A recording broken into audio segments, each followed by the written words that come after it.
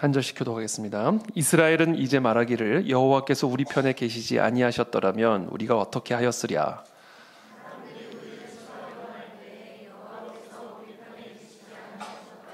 그때 그들의 노여움이 우리에게 맹렬하여 우리를 산채로 삼켰을 것이며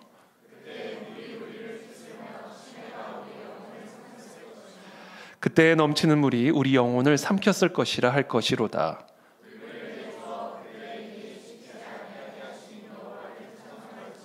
우리의 영혼이 사냥꾼의 올무에서 벗어난 새같이 되었나니 올무가 끊어짐으로 우리가 벗어났도다. 우리의 도움은 천지를 지으신 여호와의 이름에 있도다. 아멘. 네, 오늘 시편 124편 우리 기적을 창조하신 하나님이란 주제를 가지고 하나님의 말씀 우리 함께 나누겠습니다. 자, 오늘 이 표제를 보시면 오늘 시편의 저자는 다윗입니다. 우리가 다윗은 우리가 잘 알다시피 셀 수 없이 정말 수많은 삶의 문제와 위기 속에서 살아갔던 사람입니다. 아마 다윗처럼 고생하려고 하면 아마 왕 될 사람은 한 사람도 없을 거예요. 왕이 되면 다윗처럼 고생을 해야 된다. 그러면 과연 왕이 되려고 할까? 그런 생각이 듭니다. 다윗처럼 삶의 문제와 위기와 고난 속에서 살아갔던 사람이 없습니다. 비록 신부는 이스라엘의 왕이었지만 그러나 평생을 광야 한복판에서 살았던 야인 중의 야인, 그 사람이 바로 다윗이었습니다. 하나님은 다윗을 선택하시고 다윗의 후손으로 이 땅에 인간으로 태어나셔서 이 세상을 구원하시기로 그렇게 예정하시고 다윗을 부르셨어요. 그러니 이 다윗이란 인물이 사탄 마귀에게는 얼마나 큰 위협이 되는 인간이었겠어요. 당연히 사탄 마귀의 모든 화력은 이 다윗 한 사람에게 집중이 될 수밖에 없습니다. 사탄 마귀는 자신이 동원할 수 있는 무기는 총동원을 해서 어떻게 해서든지 다윗과 다윗의 왕국을 쓰러뜨리려고 했을 것입니다. 그래서 이 다윗의 삶을 가만히 들여다보면 인간의 지혜와 인간의 능력으로는 도저히 감당할 수 없는 이 세상적인 무기와 전략만으로는 절대로 극복할 수 없는 문제와 위기와 유혹과 고난으로 가득했습니다. 여러분, 사탄은 다윗뿐이 아니라 자신에게 위협이 되는 사람을 공격하지 자신에게 전혀 위협이 되지 않는 그런 사람을 공격하지 않습니다. 오히려 잘 돌봐줍니다. 저와 여러분들의 삶에 다양한 위기와 문제와 공격들이 집중이 되고 있습니까? 그렇다면 그것은 여러분들이 사탄 마귀에게 지극히 위협적인 존재임을 방증하는 것입니다. 이 땅에서 하나님의 사명을 감당했던 위대한 하나님의 사람들을 잘 살펴보십시오. 세상에서 그저 편안하게 사람들의 박수갈채와 영광으로만 가득한 그런 꽃밭에서 구르기만 했던 사람이 도대체 어디 있습니까? 하나님의 귀한 사명을 품은 인생이면 인생일수록, 하나님의 특별한 총애를 받는 인생이면 인생일수록, 하나님이 예비하신 특별한 축복을 예정하고 있는 그런 하나님의 자녀이면 자녀일수록 고달픈 일들을 많이 겪게 되는 법입니다. 왜냐하면 사탄이 그런 사람을 가만히 내버려 두지 않기 때문에 그렇습니다. 혹시 저와 여러분들의 삶에 그와 같은 문제와 위기와 고난이 연속적으로 이루어지고 있습니까? 여러분, 하나님이 여러분들을 특별히 사랑하시기 때문이라는 것을 꼭 기억하십시오. 이것은 그냥 우리가 스스로를 이렇게 스스로를 지금 그걸 뭐라 그래요? 도취시키기 위해서 하는 얘기가 아니에요. 자아 도취의 차원에서 하자는 얘기가 아닙니다. 실제로 그렇습니다. 성경을 보세요. 하나님이 특별히 사랑하고 특별히 선택하고 특별한 사명을 부여한 사람치고 마귀의 표적이 되지 않은 사람이 누가 있으며 삶의 문제와 위기를 겪지 않은 사람이 도대체 누가 있습니까? 저와 여러분들이 그와 같은 문제와 위기의 고난의 연속, 광야 속에서 계속해서 살아가는 그런 야인 중에 야인이라고 한다면 여러분들은 진짜 하나님이 특별히 사랑하시고 하나님의 특별한 사명을 맡은 사람이에요. 그것이 가정을 위한 사명이든 교회를 위한 사명이든 나라와 민족을 위한 사명이든 하나님의 사명을 품은 사람은 반드시 마귀의 표적이 되기 때문에 특별한 고난과 문제의 그 광야 속에서 살아가게 되는 겁니다. 그러나 여러분 반드시 꼭 기억하십시오. 하나님의 사명을 품은 인생은 끊임없는 문제와 위기 속에서 살아가겠지만 절대로 망하지 않습니다. 하나님의 사람은 절대로 무너지지 않습니다. 왜냐하면 그 사람이 품고 있는 것은 하나님의 사명이기 때문에 그렇습니다. 왜냐하면 그 사람이 품고 있는 것은 하나님의 명령이요 하나님의 마음이기 때문에 그렇습니다.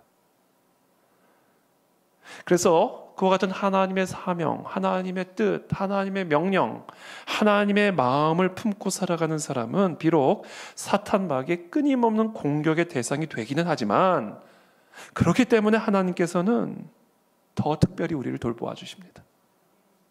그래서 하나님은 더 특별히 우리가 당하고 있는 그런 모든 문제와 위기를 방치하지 않으십니다.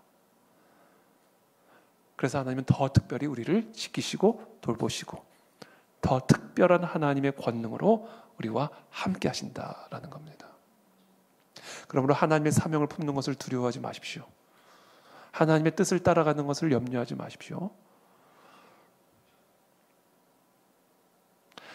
다윗의 인생은 하나님의 사명을 품은 인생이었기 때문에 말할 수 없는 사탄의 유혹과 또 공격을 감당해야만 했지만 그러나 그만큼 하나님은 다윗과 함께 하셔서 그 누구도 경험하지 못했던 그런 하나님의 은혜와 능력을 경험하여 그 누구보다도 영광을 누렸고 그 누구보다도 승리의 환희를 누렸던 대표적인 인물, 그 사람이 바로 다윗입니다.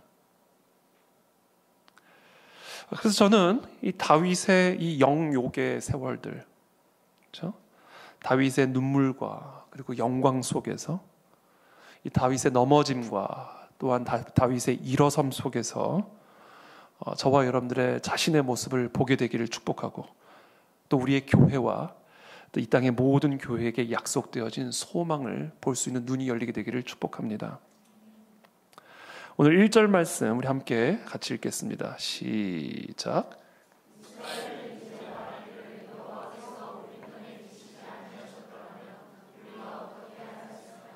이스라엘은 이제 말하기를 이렇게 얘기합니다. 여호와께서 우리 편에 계시지 아니하셨더라면 우리가 어떻게 하였으랴? 우리가 어쩔 뻔했냐? 그 얘기예요. 하마터면 우리가 어쩔 뻔했냐? 우리가 하나님을 믿지 않았다면 도대체 우리 인생이 도대체 어쩔 뻔했냐? 내가 그날 그 시간 그 자리에서 하나님의 그 말씀을 내가 듣지 않았더라면 도대체 내 인생이 어떻게 될 뻔했냐? 이거 하는 거죠. 와, 진짜 큰일 날 뻔했다.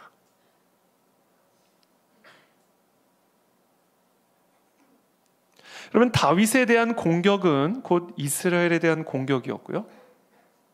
이스라엘에 대한 공격은 곧 예수 그리스도와 그리스도의 몸된 교회에 대한 공격이었고 그것은 곧 하나님의 나라에 대한 공격이었습니다. 그래서 다윗이 자신이 이 시편을 쓰면서 이스라엘은 말하기를 이렇게 얘기하는 거예요. 다윗에 대한 이와 같은 모든 공격들, 다윗이 지금 겪고 있는 이 모든 문제들은 다 이스라엘을 향한 공격이요, 이스라엘의 문제요, 하나님의 문제다라는 거예요. 그래서 하나님이 이 이스라엘과 다윗과 함께 하셔서 지금 다윗이 겪고 있는 이 모든 문제로부터 구원해 주셨다라는 거예요. 다윗은 비록 이스라엘의 왕이었고 막강한 군대와 병력을 갖고 있었음에도 불구하고 인간의 어떤 능력과 노력으로도 절대 감당할 수 없는 그런 문제를 만나게 된 거예요. 그러나 그때마다 하나님은 다윗과 함께 계셨고 그때마다 하나님은 다윗에게 말씀하셨고 그때마다 하나님은 그 말씀대로 하나님의 도움의 손길들을 베푸셔서 다윗과 이스라엘을 향한 교회와 하나님의 나라를 향한 모든 원수들의 공격을 결국에는 승리로 이끌어 가셨습니다. 그래서 다윗은 그때마다 이렇게 고백했을 거예요. 와, 여호와께서 우리 편에 계시지 않았더라면 그때 내가 어떻게 됐을까? 와, 여호와께서 그때 이 민족과 함께 하지 않았더라면 그때 이 민족이 도대체 어떻게 됐을까? 상상만 해도 끔찍하다. 하마터라면 어쩔 뻔했나. 이게 지금 이 다윗의 독백입니다. 여러분, 꼭 교회, 오늘은 정말 교회 빠지고 싶다. 그때 꼭 교회 오십시오. 꼭 여러분들이 와야 될 그날에 그런 생각이 드는 거예요. 왜? 마귀가 살아있다면요, 반드시 그렇게 하지 않겠습니까?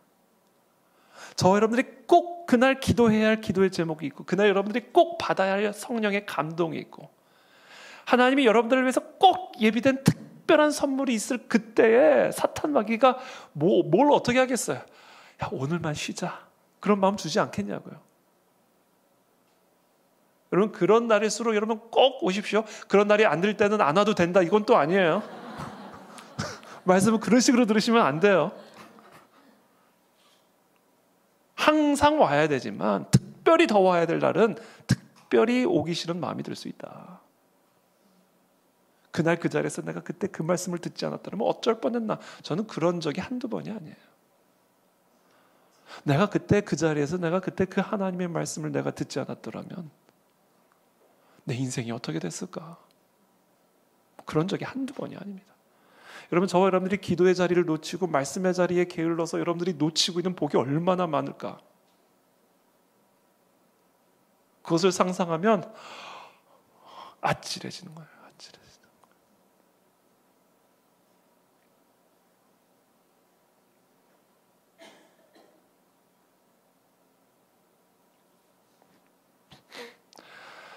여호와께서 우리 편에 계시지 아니하셨더라면 우리가 어떻게 되었을까? 이 독백에 가까운 질문에 스스로 이렇게 답변을 합니다.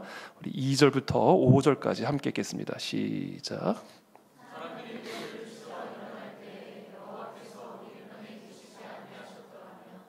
그때 그들의 노여움이 우리에게 명렬하여 우리를 산채로 삼켰을 것이며, 그때 물이 우리를 휩쓸며 시내가 우리 영혼을 삼켰을 것이며, 그때 넘치는 물이 우리 영혼을 삼켰을 것이라 할 것이로다.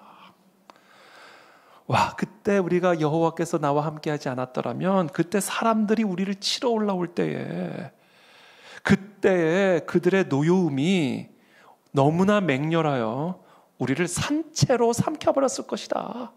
이게 뭐야? 산채 비빔밥이에요. 완전 산채로 그냥 먹어버렸을 거다. 그때 물이 우리를 휩쓸며 시내가 우리 영혼을 삼켰을 것이며, 그때 넘치는 물이 우리 영혼을 삼켰을 것이라. 지금 이 다윗이 경험했던 그 너무나 무서운 위기, 맹렬한 분노로 이스라엘 백성들과 다윗을 삼키려 드는 그런 절체절명의 위기를 지금 다윗은요, 쓰나미와 같은 자연재해의 비유를 가지고 설명하고 있습니다. 물이 우리를 휩쓸어버려요. 여러분, 물이요 얼마나 무서운지 아세요?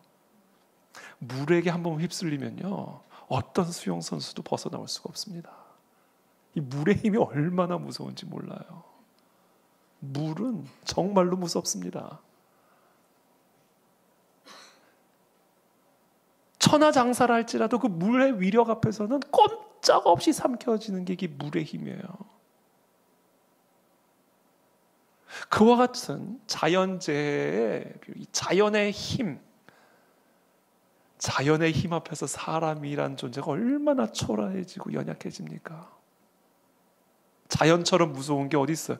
오죽했으면 그렇게 자연을 섬겼겠어요. 정말로 자연은 무서운 겁니다.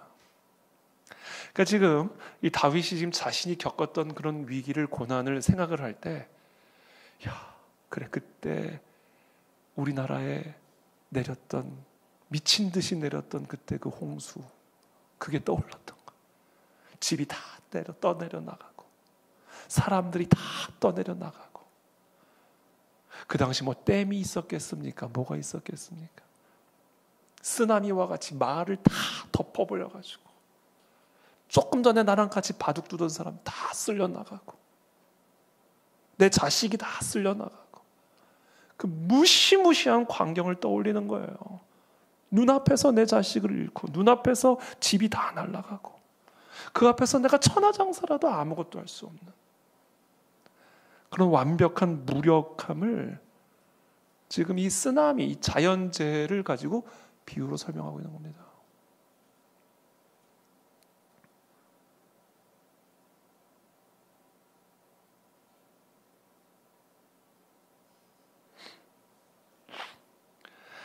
다윗은 지금 자신이 처한 정치적인 재난, 또 군사적인 재난, 그리고 국가적인 재난, 그와 같은 모든 재난들을 쓰나미와 같은 자연재해에 비유를 하면서 자신의 완전한 무력함을 토로하고 있습니다.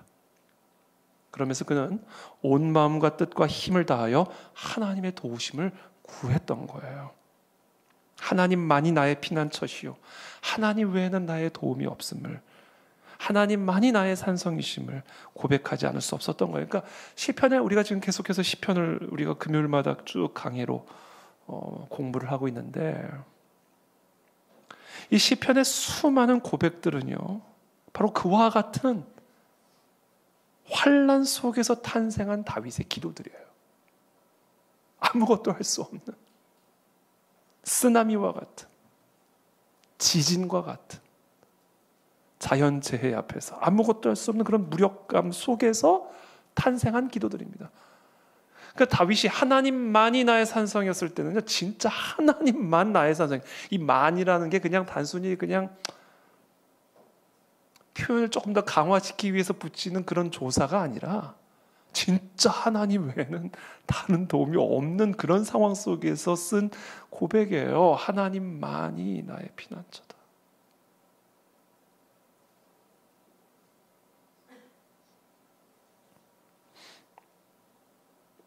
오늘 우리가 함께 읽은 본문은 바로 그와 같은 다윗의 탄식, 그리고 다윗의 그와 같은 기도, 정말 하나님만이 나의 산성이시오 피난처십니다라는 이와 같은 기도와 탄식에 대한 응답이 오늘 우리가 함께 읽은 본문입니다.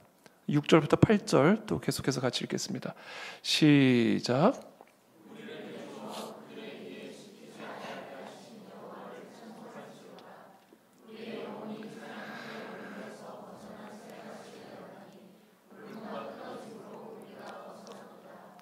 우리의 도움은 천지를.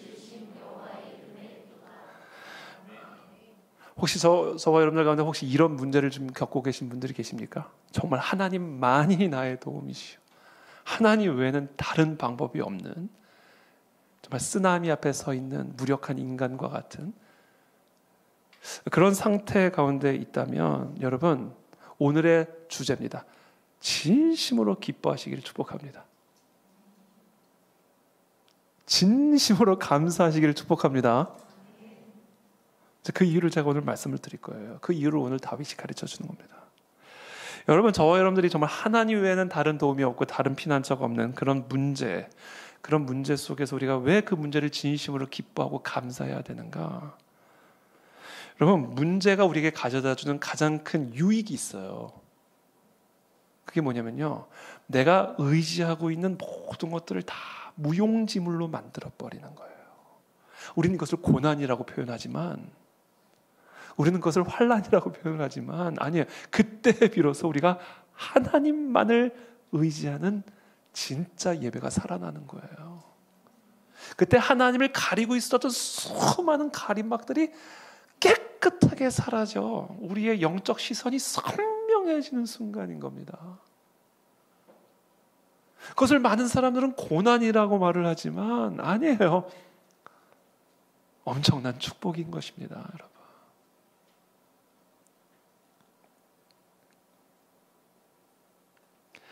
마치 자연재해가 자연 속에서 살아가느라 미처 알아보지 못했던 그 자연의 위험을 보게 하듯이, 우리의 삶에서 우리가 겪게 되는 다양한 종류의 환난과 고난과 문제들은 하나님 안에서 편안하게 살아가느라 정작 하나님을 제대로 알아보지 못하고 있던 저와 여러분들을 하나님 앞에 세우는 일입니다. 그리고 하나님을 보게 하는 일이에요. 우리가 자연 속에서 살 땐 자연을 잘 못 봐요. 너무나 큰 땅? 여러분 날마다 걸어 다닐 때마다 땅이 무너질까 조마조마하면서 걸어가시는 분 계세요? 야, 오늘도 하루도 땅이 무너지지 않았네. 기뻐하며 잠에 드는 분들 계십니까? 우리가 자연 속에서 살아갈 때는 자연이 안 보여요. 땅이 한번 흔들려 봐야 땅이 보입니다. 하늘이 한번 진동을 해봐야 하늘이 보이는 거예요. 그전에는 안 보입니다. 자연 재해를 통해 자연 속에서 무감각하게 살아던 자들을 자연 앞에 세우는 거예요.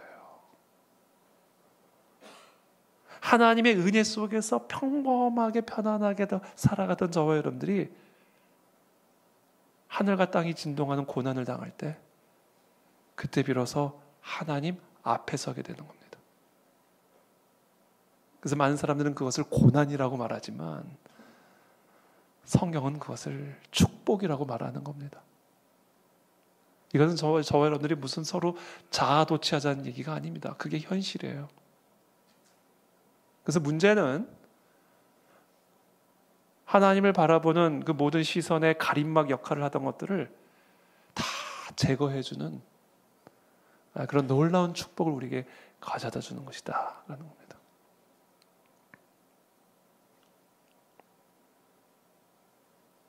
그래서 오늘 다윗은 결국은 8절에 이렇게 고백하는 거예요. 우리의 도움은 천지를 지으신 여호와의 이름에 있도다.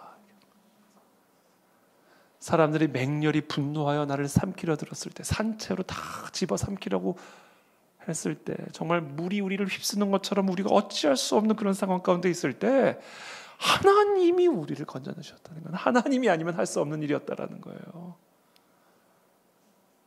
그래서 다윗은 이런 고난들을 경험하면 경험할 때마다 날마다 더욱더욱 선명하게 하나님을 볼 수 있는 믿음의 눈을 가진 그런 인생이 된 겁니다. 여러분, 저와 여러분들의 삶에 문제가 있다면 진심으로 기뻐하시기를 축복합니다. 진심으로 기뻐하십니까? 진심으로 기뻐하십시오.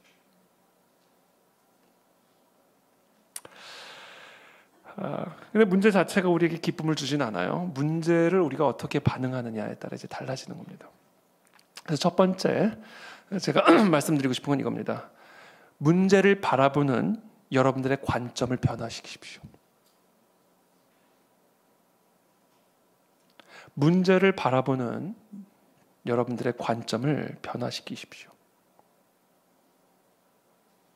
하나님은 언제나 우리의 문제를 재료로 삼아 기적을 창조하십니다. 이게 기적의 법칙이에요. 쌀이 없이 밥을 만들 수 있습니까? 배추가 없이 김치를 만들 수 있습니까? 문제가 없이 어떻게 기적이 나옵니까? 죽은 나사로가 없이 부활한 나사로가 어떻게 가능합니까? 빵이 부족해야 오병이어의 기적이 나타나죠. 홍해가 없이 어떻게 홍해가 갈라지는 기적을 경험합니까? 여러분, 문제는 기적의 재료예요. 문제를 바라보는 관점을 완전히 바꿔버려야 돼요. 문제가 없으면 기적도 없습니다. 성경에 나타난 기적을 다 보세요. 성경에 나타난 모든 기적들은 예외가 없어요. 문제가 있었기 때문에 일어난 거예요. 그래서 기억하십시오. 언제나 하나님의 기적은 문제를 통해서 일어납니다. 그리고 그 기적을 통해서 언제나 하나님의 영광이 드러납니다. 하나님의 하나님 되심이 나타난다는 거예요. 그때 비로소. 그러니까 문제는 기적을 만들고요. 기적은 하나님의 영광을 나타내요. 그래서 하나님을 아는 자든 모르는 자든, 교회 안에 있는 자든 교회 바깥에 있는 자든 하나님을 보게 만들어요. 하나님을 알게 만든다고요. 예수님에 대해서 전혀 관심이 없던 사람도 그 기적을 통해서 하나님을, 예수님을 알게 된다니까요. 그 하나님을 알게 되는 것, 그것을 한 단어로 뭐라고 불러요? 부흥이라고 부르는 거예요. 그러니까 여러분, 부흥의 역사를 보십시오. 부흥의 역사는요, 언제나 문제 속에서 시작이 돼요. 문제를 문제로 보는 게 부흥의 최대 적입니다. 하나님을 믿는 사람들은, 하나님을 아는 사람들은 절대로 문제를 문제로 보지 않아요. 문제를 기적의 재료로 보지. 부흥의 씨앗으로 보지.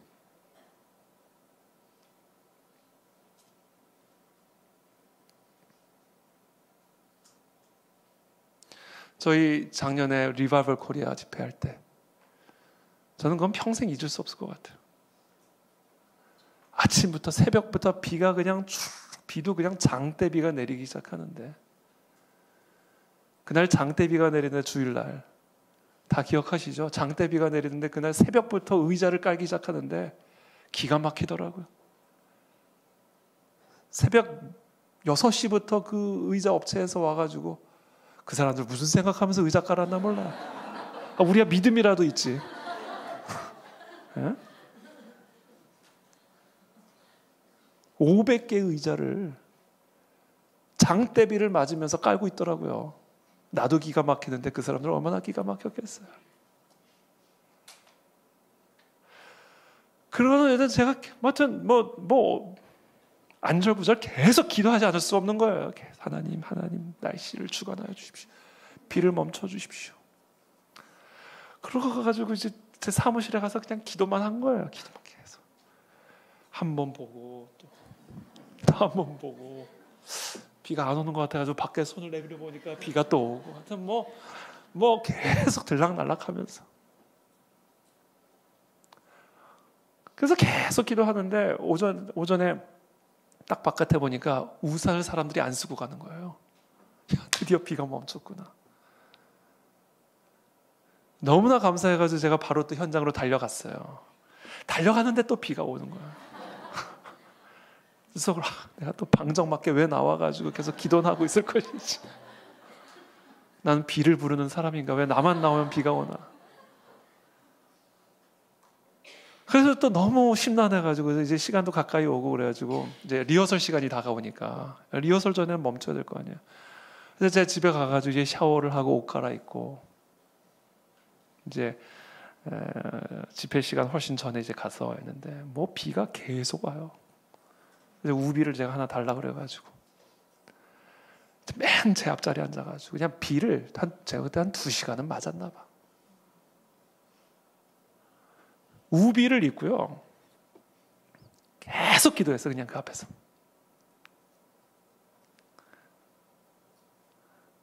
음악이 안 나오니까 너무 우울한 거예요. 비도 오고 막 너무 처량한 거예요. 그래서 제가 음악 좀 틀어달라고.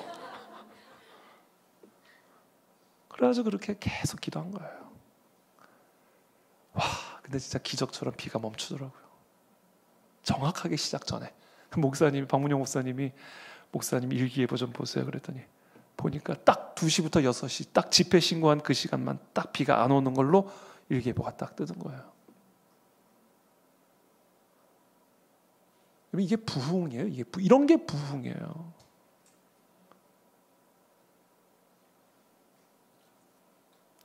문제는요, 우리로 하여금 하나님만을 의지하게 만들고, 하나님 외에는 그 비 오는 걸 도대체 누가 어떻게 막을 거예요? 그러니까 문제는 하나님만을 의지하게 만들어요. 그렇게 하나님만을 의지하면 반드시 하나님은 기적을 보여주십니다. 그 기적을 경험하면 모든 사람들이 놀라. 야, 이건 하나님이 하셨네. 여러분, 그 시간에 비 멈추게 한 건 도대체 누가 한 거예요, 그거? 그거는 예수님 믿는 사람이나 안 믿는 사람이나, 야, 이거는 진짜 귀신이 고칼 노릇이나 아마 그랬을 거라고. 세상 사람들도. 어쩌 이럴 수가 있냐 이랬을 거라고. 그러니까 예수를 믿는 사람이나 믿지 않는 사람이나, 야, 이거는 초자연적인 역사구나. 저 집에 뭔가 있긴 있나 보다. 그렇게 생각했을 거라고요. 아마 그날 강남역 왔다 갔다 하는 사람들도.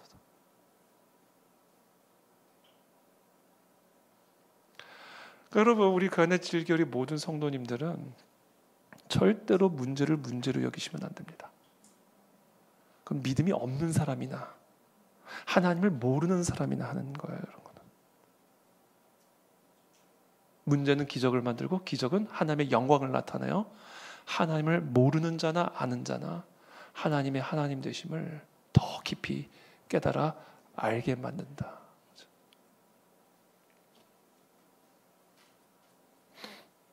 그렇기 때문에 저와 여러분들의 삶에 찾아온 문제를 절대로 문제로 여기지 말아야 됩니다.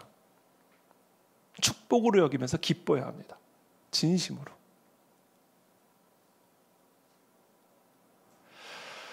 지난주 수요일에 저녁에 우리 청년들이 항상 수요일 저녁에 심플리 월십이라고 해가지고 저녁 기도회 모임을 갖습니다. 너무 귀한 모임이에요. 우리 청년들이 모여서 말씀을 듣고 또 함께 기도하면서 부흥을 위해서 간구하고 부르짖고 얼마나 귀한 그런 집회인지 모릅니다. 근데 그때 제가 이제 말씀을 전하고 이번 주는 제가 전했어요. 항상 아내가 전하는데 이번 주는 제가 말씀을 전하고 기도회를 한 후에 청년들의 질문 좀 답변하는 그런 Q&A 시간을 가졌습니다. 그때 청년들을 대신해서 아내가 저한테 이런 질문을 했어요. 청년들 대신해서 목사님은 목사님의 연약함을 어떻게 극복하셨나? 알면서 물었는지 모르겠어요. 목사님은 목사님이 갖고 있는 약점을 어떻게 극복하셨나? 제가 그 질문에 이렇게 대답을 했습니다. 모든 문제는 하나님이 주신 거다. 타고나면서부터 갖게 된 문제든 아니면 태어나서 갖게 된 문제든 내가 선택해서 갖게 된 문제든 내가 선택하지 않은 문제든 하여튼 우리의 삶에 있는 모든 문제들은 하나님이 허락하신 것이다. 공중에 나는 새 한 마리도 하나님의 허락 없이 떨어지지 않는 법인데 일단 먼저 그것을 인식하셔야 된다. 그것을 인정해야 된다는 거예요. 하나님이 주신 문제다. 두 번째, 하나님이 주신 문제라면 반드시 나에게 유익이 되는 거다. 절대로 문제를 문제로 보지 말고 약점을 약점으로 보지 마라. 세 번째, 그렇다면 나에게 주어진 이 문제가 나에게 주는 유익이 도대체 뭘까요? 하나님만을 의지하게 만든다는 거예요. 하나님만을 의지하게 만든다는 거예요. 그게 우리의 삶의 다양한 종류의 약점과 연약함과 문제들을 허락하시는 하나님의 뜻이다. 그 하나님만을 의지하게 만들므로써 하나님의 기적을 하나님은 보여주기를 원하시고 그와 같은 기적을 통해서 더 선명하게 하나님의 위대하심을, 하나님의 전능하심을, 하나님의 선하심을 우리에게 선명하게 보여주기를 원하신다. 그러니까 이 세상에서 제일 어리석은 사람이 자신의 문제 때문에 우울한 사람이다. 이 세상에서 제일 어리석은 사람이 자신의 문제 때문에 절망하고 있는 것이다.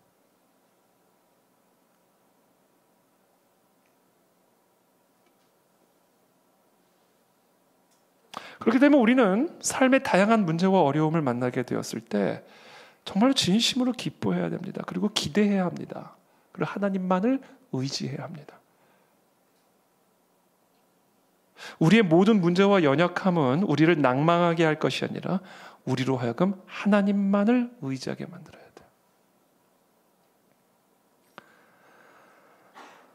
그 사도 바울의 고백이죠. 육체의 가시. 그렇게 육체의 가시로부터 벗어나고 싶었지만 하나님은 사도 바울에게 이제 그만해라 이렇게 얘기하시죠. 나에게 이르시기를 내 은혜가 네게 족하도다. 이는 내 능력이 약한 데서 온전하여 줌이라 하신지라. 약함에서 온전함이 나온대요. 그러므로 도리어 크게 기뻐함으로 나의 여러 약한 것들에 대하여 자랑하리니 이는 그리스도의 능력이 내게 머물게 하려 함이라. 그리스도의 그 전능하신 능력이 내게 머문대요. 어디에요? 나의 그 연약함 안에. 나의 그 문제 안에 그리스도의 그 전능하신 능력이 머무실 수가 있대요.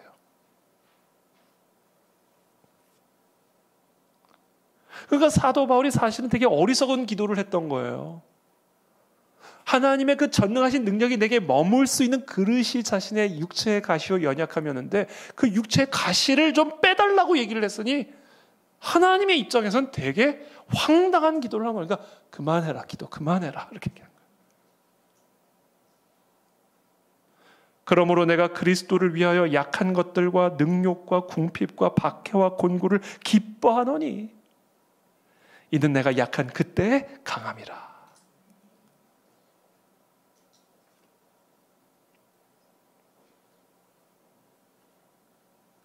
그래서 여러분 하나님에게 쓰임을 받았던 위대한 하나님의 사람들은요 다 하나같이 문제를 갖고 태어나서 문제 속에서 살다 문제 가운데 죽었습니다. 그들의 삶에는 언제나 그림자와 같이 문제가 따라다녔습니다. 동으로 가면 동으로 그림자가 따라오고 서로 가면 서로 따라오고 그림자처럼 이 문제가 언제나 따라다녔어요. 그래서 그들은 하나님만을 진짜 그림자처럼 따라다닌 거예요. 그러니까 하나님의 능력이 그들의 삶에 항상 그림자처럼 머물러 있는 겁니다. 이 그림자 영성의 그림자 영성.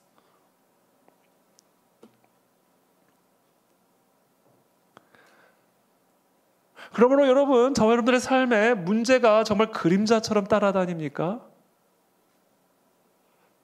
그렇다면 하나님을 그림자처럼 따라다니십시오. 그러면 하나님의 능력이 그림자처럼 우리의 삶에 머물러 있을 겁니다. 사도 바울은 그 원리를 깨달은 거예요. 그래서 너무나 기뻐한 거예요. 야, 내가 그리스도를 위하여 당하는 이 모든 능력과 모욕과 궁핍과 박해와 곤고, 야, 내가 이것 때문에 너무 곤고했고 너무 슬펐는데, 야, 이런 놀라운 비밀이 이 안에 담겨 있구나. 내가 기뻐하고 또 기뻐하고 또 기뻐하노라.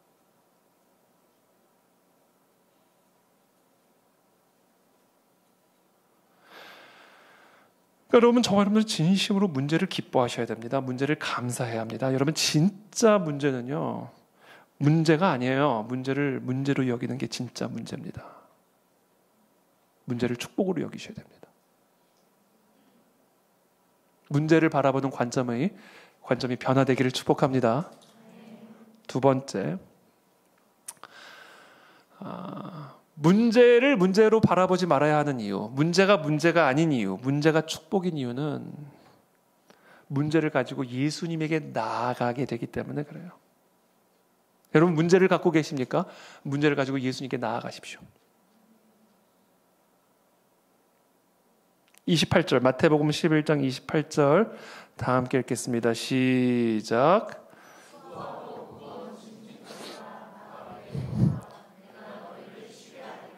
수고하고 무거운 짐진 자들아, 문제를 가진 자들아, 너희의 힘과 능력으로 도무지 감당할 수 없는 그런 무거운 짐을 진 자들아, 뭐하라? 다 내게로 오라.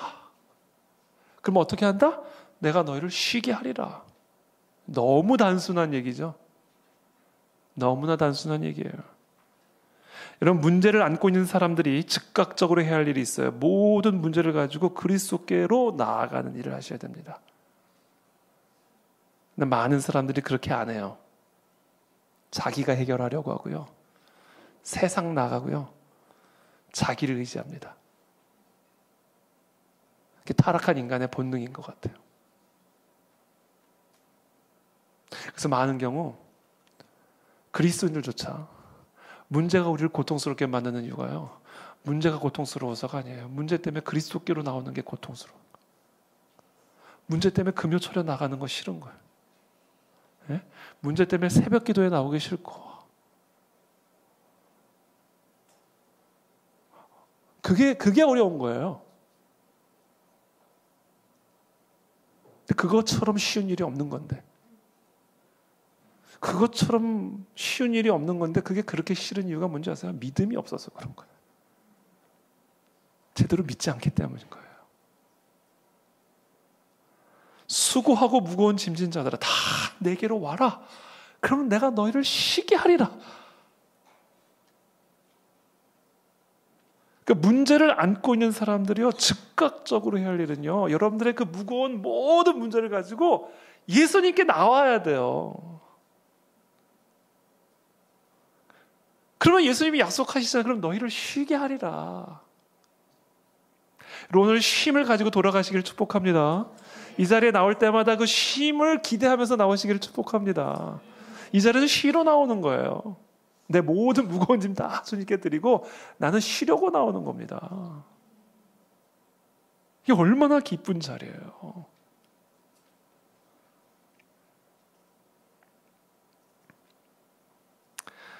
요한복음 2장에 보면 예수님이 이 땅에서 행하신 첫 번째 기적이 기록이 되어 있습니다. 바로 가나의 혼인잔치에 대한 기록이에요. 예수님과 예수님의 어머니 마리아 그리고 제자들이 가나 혼인잔치에 초대를 받아 참석을 했습니다. 그런데 갑작스러운 문제가 발생했어요. 혼인잔치, 그 기쁨과 즐거움이 넘치는 그 혼인잔치에 갑작스러운 뜻하지 않은 문제가 발생했어요. 그 문제가 뭐였죠? 포도주가 떨어진 거예요. 요한복음 2장 1절부터 3절 말씀 다 함께 한번 읽어보겠습니다. 시작.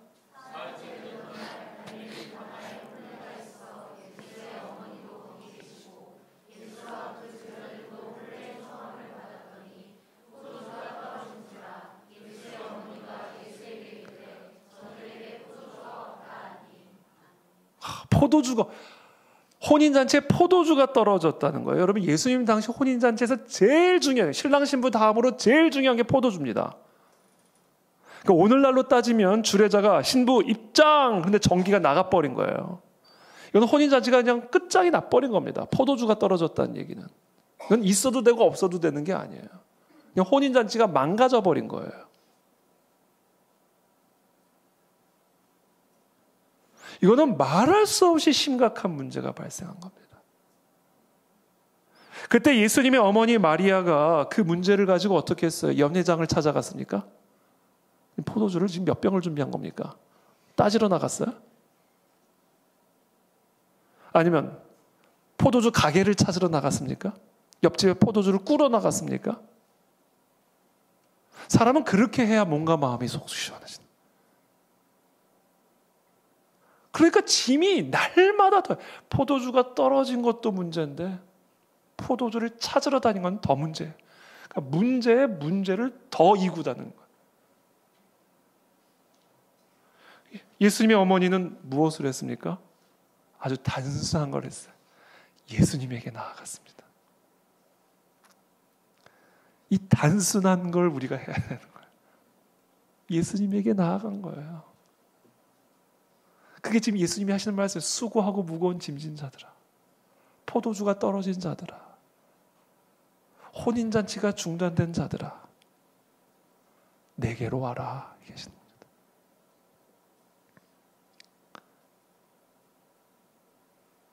여러분, 예수님의 어머니 마리아는 단순하게 예수님께로 나아갔습니다. 우리가 여러분 사막과 같은 인생을 살아가다 보면 정말 사방이 다 막혀 있는 것 같은 문제를 만나게 될 때가 있습니다. 그러나 여러분 반드시 기억하십시오. 모든 길이 다 막혀 있어도 예수님께로 나가는 길은 활짝 열려 있습니다. 이걸 반드시 기억하십시오. 사방이 다 막혀 있어도 언제나 하늘은 열려 있어요. 언제든지 여러분들이 감옥에 들어가 있어도 우리는 예수님께로 나아갈 수 있는 길이 있습니다. 우리가 병실에 들어가서도 우리는 예수님께로 나아갈 수 있는 길이 있어요. 우리의 원수들로 사방에 우겨쌈을 당한다 할지라도 우리는 예수 그리스도께로 나아갈 수 있는 길이 있습니다. 그래서 예수님은 수고하고 무거운 짐진 자들에게 말하시는 거예요. 다 내게로 와라. 네가 감옥에 들어가 있든 병실에 들어가 있든 사방에 우겨쌈을 당하고 있든 쓰나미를 당했든 무슨 상황 가운데 있든 나에게로 올 수 있는 길은 활짝 열려 있다. 이걸 꼭 기억하십시오.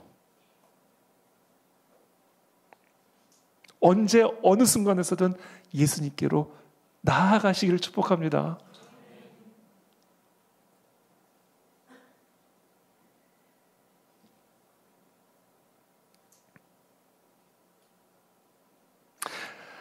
그렇다면 하나님께 예수님께로 나아간다. 이건 무엇을 의미할까요? 우리가 예수님께로 나아간다. 예수님께로 나아간다는 얘기는요, 예수님에게 부르짖는 거예요. 그게 예수님에게로 나아가는 거예요. 우리는 언제든지 예수님께로 나아갈 수 있어요. 말을 못하더라도 예수님께 나아갈 수 있고요. 온몸이 꽁꽁 묶여 있어도 예수님에게 부르짖을 수가 있습니다.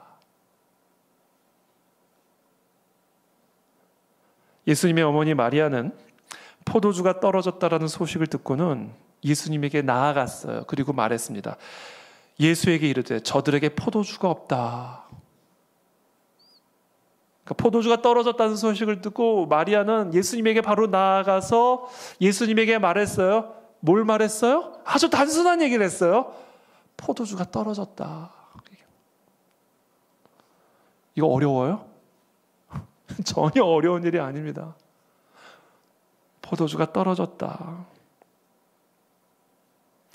저와 여러분들이 예수님에게 나아간다는 게 뭐냐면요, 그냥 우리의 문제를 가지고 나아가서 문제를 그냥 아뢰는 거예요. 주님, 포도주가 떨어졌습니다. 이 우리가 어디서나 언제나 할 수 있는 일이에요, 여러분. 주님, 방금 전화를 받았는데 포도주가 다 떨어졌다고 합니다. 그게 예수님에게 나아가는 거예요. 모든 문제를, 수고하고 무거운 모든 짐진 것들을 그리스도께로 아뢰는 거예요. 그게 그리스도께로 나아가는 겁니다. 너무 단순하죠. 그러니까 예수님, 포도주가 떨어졌다고 합니다. 이게 뭐예요? 그냥 단순히 아뢰는 걸로 끝나는 거예요? 아니에요. 그 행간을 읽으셔야 돼요. 그러니 예수님 포도주를 주세요. 그게 행간에 있는 기동 부르짖음인 거예요. 이게 기도예요. 그러니까 기도는요, 진짜 쉽고 단순한 거예요. 나의 모든 문제를 가지고 예수님에게 그 문제를 아뢰고 그 문제를 해결해달라고 구하는 겁니다. 이게 기도예요. 너무 쉽죠? 너무 쉬운 거예요. 기도는 전혀 복잡한 게 아니에요. 문제를 아뢰고 그 문제를 기적으로 변화시켜달라고 간구하는 겁니다.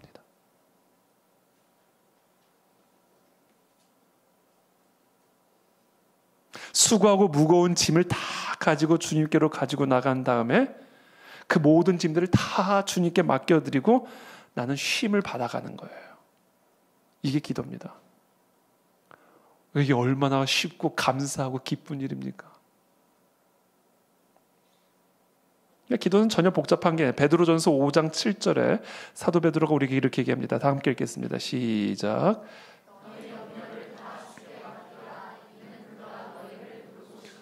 너무 단순하잖아요. 뭐예요? 염려를 다 주님께 맡겨드리고, 주님, 이런 문제가 있습니다. 이 문제를 해결해 주십시오. 그리고는 우리는 쉼을 얻는 거예요.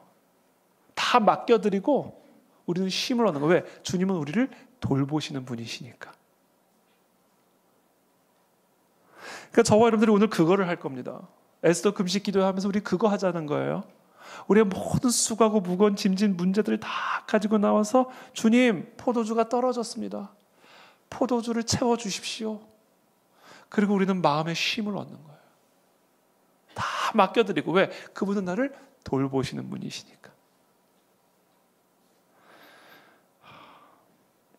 예수님께서 너희는 아무것도 염려하지 마라 이렇게 말씀하시는 건요, 염려를 억제하라는 말씀이 아니에요. 여러분, 염려를 어떻게 억제합니까? 염려가 되는데 어떻게 염려를 하지 않을 수가 있어요? 누군 염려를 하고 싶어서 염려를 합니까? 염려가 되는데 어떻게 염려를 안 할 수가 있어요? 그러니까 예수님이 염려를 하지 말라 이 말씀은요, 모든 염려를 우리를 돌보시는 주님께 다 아뢰고 맡기라는 거예요. 그리고 나는 쉬는 거예요. 이게 기도예요. 여기 보면 너는 염려를 다 주께 맡겨라. 베드로전서에서 베드로가 말하잖아요. 여기서 맡기라. 이게 영어 성경에 보면 cast out 이렇게 돼 있어요. cast out your anxiety. 너희의 두려움을 직역하면 다 뭐하라? 던져라. 예수님에게. 던지는 우리 좀 받아주세요. 던지는 게 뭔지를 제가 보여드리려고 해요. 이걸 열고 던질까 이거를? 잘 받으셔야 돼요. 나중에 마셔야 되니까. 던진다. Cast out your anxiety 이렇게 하라는 거예요. 그럼 예수님이 딱 받아주신다고요. 근데 우리의 문제는 뭐냐면, 그리고 나가면서 예수님의 이름으로 기도합니다. 그리고 저거를 다시 줬어. 나한테 다시 던져봤어. 던져. 이렇게 다시 들고 간다니까. 이게 우리의 문제라는 거야. 그리고 다음 주 금요일에 와서 또 캐스. 그리고 또 좀 세게 던지네. 이러고 산다는 거. 이게 신앙생활의 패턴이란 말이에요.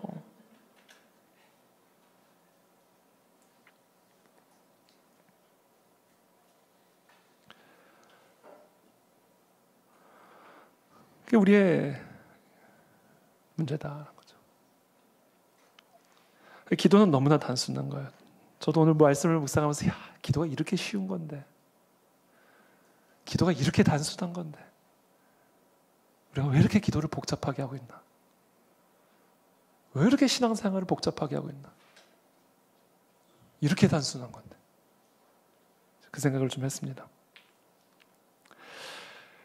근데 살짝 기도가 복잡해지는 이유가 있어요. 살짝 우리 신앙생활이 복잡해지는 이유가 있는데 딱 그렇게 했을 때 딱 해결이 되면 좋은데 딱 그렇게 했을 때 딱 해결이 안 돼. 심지어 예수님이 나의 기도를 거부하는 것처럼 느껴져. 예수님이 이 마리아의 요청을 들으시고는 뭐라고 말씀하시냐면 요한복음 2장 4절에 이렇게 말씀하십니다. 함께 요한복음 2장 4절 읽겠습니다. 시작.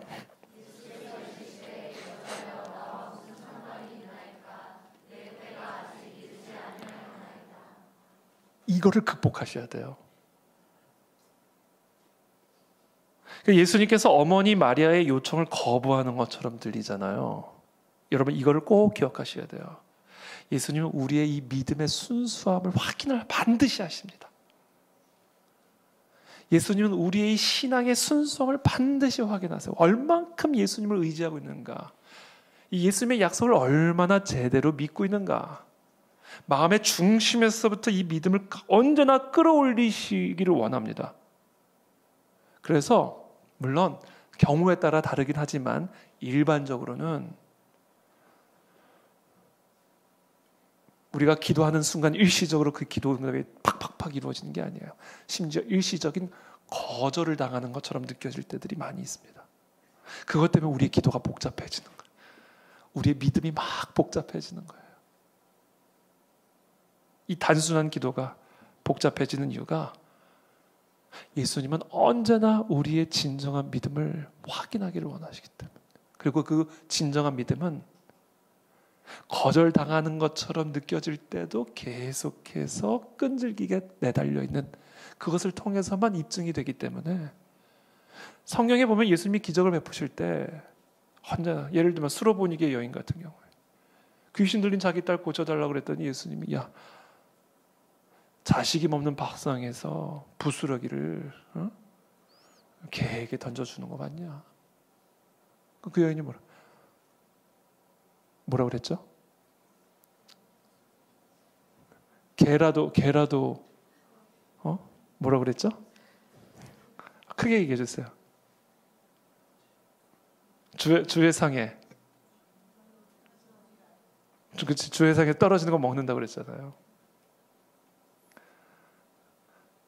그러니까 그거를 예수님은 한 번 더 테스트를 하신다는 거예요. 우리의 진정한 믿음의 순수성을 확인하시기 위해서. 그래서 예수님은 때로는 거절하는 것처럼 보이죠. 과부의 기도 비유를 들어 설명하시죠. 재판관이 과부의 기도를, 과부가 요청을 했을 때 과부니까 무시를 한 거예요.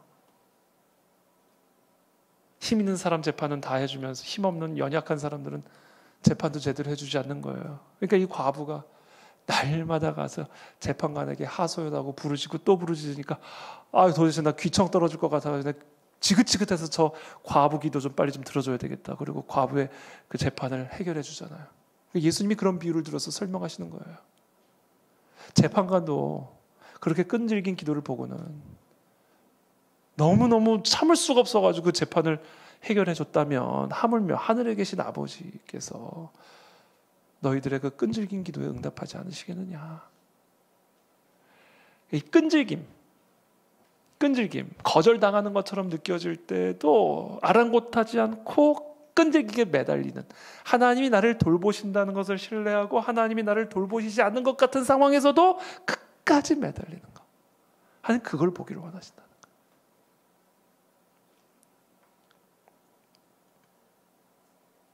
그래서 여러분 반드시 기억하십시오. 기도는 단순해요. 근데 그 단순한 기도를 주님은 언제나 테스트를 하십니다.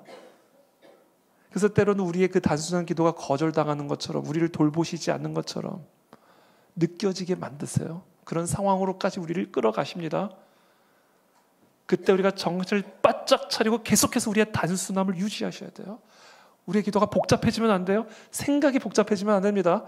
상황이 더 복잡해지고 시간이 갈수록 상황은 더 복잡해질지라도 우리의 믿음은 더 단순해져야 돼요. 그것을 보시고 하나님은 우리의 삶에 기적을 행하신다.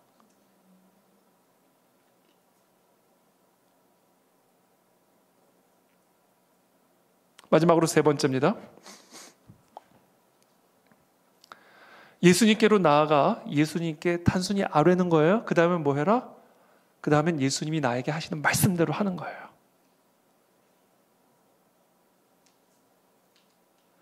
여러분, 우리가 우리의 모든 문제를 주님께 아뢰는 다음엔 반드시 우리가 해야 할 일이 있어요.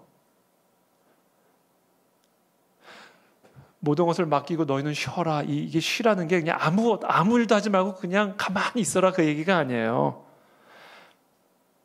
너희가 너희의 염려를 스스로 해결하려는 노력을 쉬라, 그 얘기예요. 그러니까 우리가 우리의 모든 염려를 다 주님께 맡긴다면 우리가 반드시 해야 할 일이 있는데 대부분의 사람들이 그거를 안 해요. 그래서 기적을 못 경험하는 거예요. 그게 뭐냐? 우리의 모든 염려를 다 주님께 맡긴다면 내가 내 힘, 내 의지, 내 노력대로 하려는 모든 노력들을 중단하고 그 다음 뭘 하라? 주님이 하시는 말씀을 경청해야 돼요. 대부분의 사람들이 그 경청에서 실패를, 듣지를 않아. 그러니까 너희의 모든 염려를 나에게 주게 맡겨라. 그가 너희를 돌보심이라. 수고하고 무거운 짐진 자들아 다 내게 오라. 내가 너희를 쉬게 하리라. 이 말씀은요, 너희를 돌보니까 다 아랜 다음엔 네가 너를 돌보는 일을 쉬라는 거예요. 그 다음에 우리가 해야 할 일이 있어요. 뭐예요? 경청하는 일을 하셔야 돼요. 근데 제 판단으로는 많은 분들이 그 부분을 안 해요. 그냥 아뢰기만 해. 아뢰기는 열심히 아뢰요. 근데 그 아뢰는 다음에 주께서 말씀하시는 것을 경청을 안 해요. 참 답답한 일이에요, 이게. 여러분, 119 사람이 쓰러졌단 말이에요, 갑자기. 식당에서 식사를 하는데 옆에 있던 사람이 쓰러졌어요. 그럼 어떻게 하겠어요? 바로 119를 전화하겠죠. 여보세요, 119 대원님, 지금 사람이 밥을 먹다 쓰러졌어요. 그걸 끊어요? 이렇게 황당한 게 어디 있어요? 네? 아니, 문제를 알았으면 그럼 지시를 들어야 될 거 아니에요. 뭐 가서 뭘 하라든지. 어떻게 해야 될까요? 주소라도, 심지어 주소라도 가르쳐 줘야 될 거 아니에요. 근데 사람이 쓰러졌어요. 주야! 그러고 그리고 다음 주에 또 와가지고 주야! 그러고 가는 거예요. 무슨 일이 일어납니까? 너무 단순한 거잖아요. 근데 그 단순한 거를 우리가 못하고 있다. 우리가 구조를 요청을 했으면 이젠 그 구조대원이 하는 말을 들을 차례인 거예요. 질문을 했으면 답을 들어야 될 거 아니에요.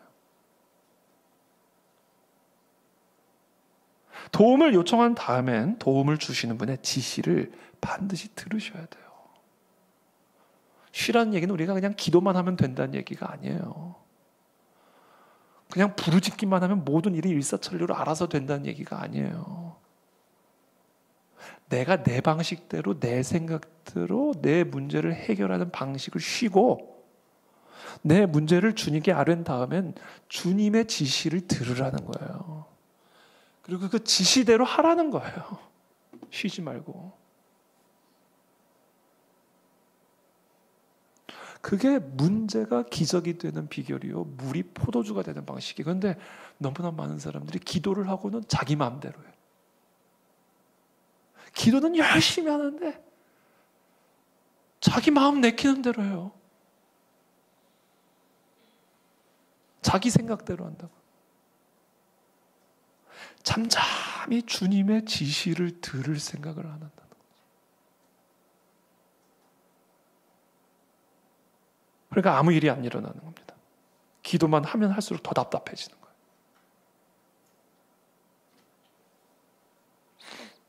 요한복음 2장 5절 말씀, 예수님의 어머니 마리아가 어떻게 하는지 보세요. 5절 말씀 함께 읽겠습니다. 시작.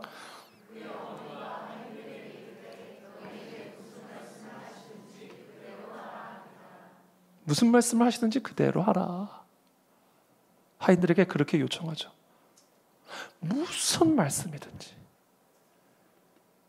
포도주가 떨어졌는데 만약에 너희들에게 진흙을 발라가지고 실로암에 가서 씻고 오라고 하면 그렇게 해라.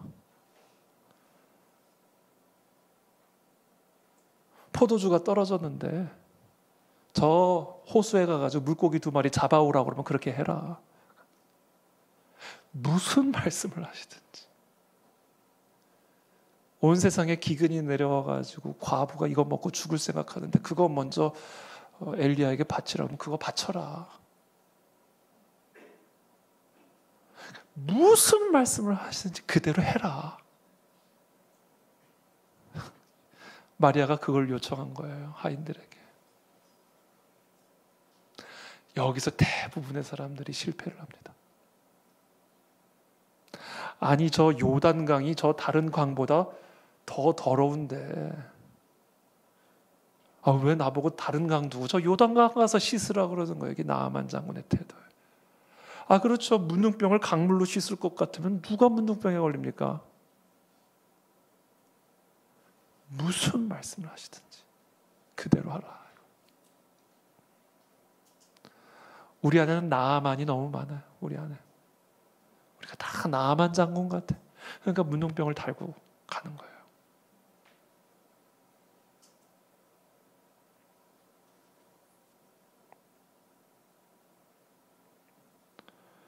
거기에 마침 유대인의 정결 예식을 따라 동항아리 6이 놓여 있었습니다. 2장 7절에서 8절 말씀, 요한복음 2장 7절에서 8절 더 같이 읽겠습니다. 시작.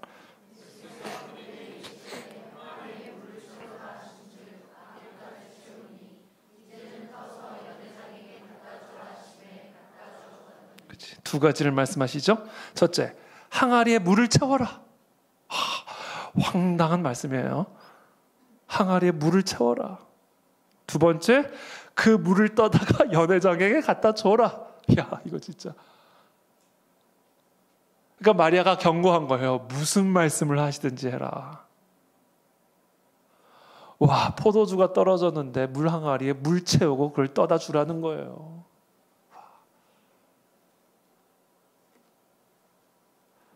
이 하인들의 위대함이 있어요. 그대로 했어요.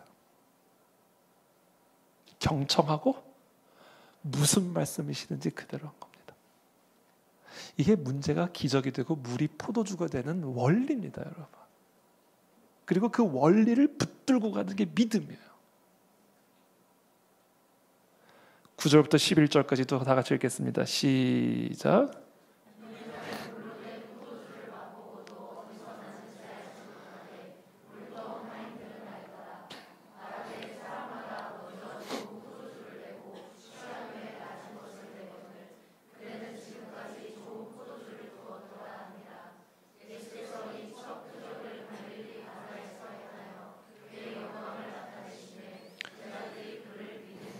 아멘. 연회장이 그 물로 된 포도주를 맛보고도 어디서 났는지 알지 못하되, 연회장인데 도대체 이 포도주가 어디서 나왔는지를 알 수가 없는 거예요. 그 파티를 책임지고 있는 사람인데, 근데 물 떠온 하인들은 알더라. 야, 이거는요, 이 물 떠온 하인들만 알 수 있는 거예요. 이 원리는요, 경험해 본 사람만 아는 겁니다. 경험해 보지 못한 사람들은 연회장이랄지라도 절대로 알 수가 없는. 그러니까 말이 안 통해. 연회장하고는 말이 안 통해요. 그러니까 연회장은 계속 이거 어디서 가져왔냐라는 거예요. 어디서 가져왔냐. 근데 물떠온 아이는 알아요. 예수님이 하신 거라는 걸.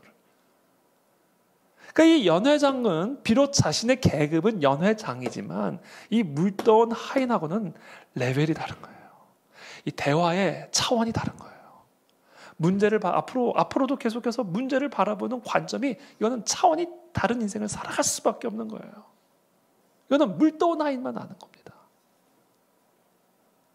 저 우리 교회 진리교회에 이런 물떠온 하인들이 가득해지기를 축복합니다, 여러분.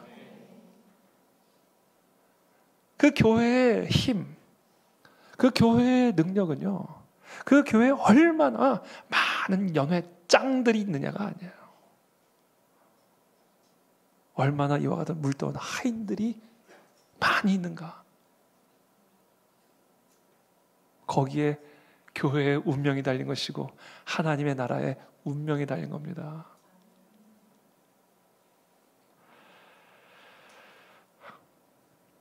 말씀을 맺겠습니다. 문제가 없었다면 기적도 일어나지 않습니다. 문제가 없었다면 그래서 하나님의 영광도 나타날 수가 없습니다. 하나님은 하나님의 영광을 더 선명하게 드러내어서 교회 안에 있는 사람들은 물론이거니와 교회 바깥에 있는 사람들까지도 하나님을 더 알게 되기를 원하십니다. 그게 하나님의 마음이에요. 그래서 우리 모두가 하나님을 더 사랑하게 되기를 원하고 그분만을 더 경배하기를 원하십니다. 이게 하나님의 마음이에요. 그래서 하나님이 우리의 삶에 다양한 문제들을 허락하시는 거예요. 그러니까 우리가 이 문제를 바라보는 우리의 관점을 변화시키지 않는 한 우리는 그 어떤 부흥도 경험할 수가 없고 우리는 어떤 상황에서도 물떠온 하인이 될 수가 없습니다. 이 물떠온 하인에게 얼마나 충만한 기쁨이 있었을까요? 얼마나 감동이 넘쳤을까요? 모르긴 몰라도 이 물떠온 하인은 예수님을 따르는 제자들이 됐을 거예요. 문제는 축복의 씨앗이요 하나님의 영광을 드러내는 재료이며 부흥의 출발점입니다. 문제를 문제로 바라보지 않게 되기를 축복합니다. 문제를 만나셨습니까? 그렇다면 진심으로 기뻐하십시오. 야고보서 1장 2절 말씀 다 함께 마지막으로 읽겠습니다. 시작. 내 형제들아 너희가 여러 가지 시험을 당하거든 온전히 기쁘게 여기라. 아멘. 함께 기도하겠습니다.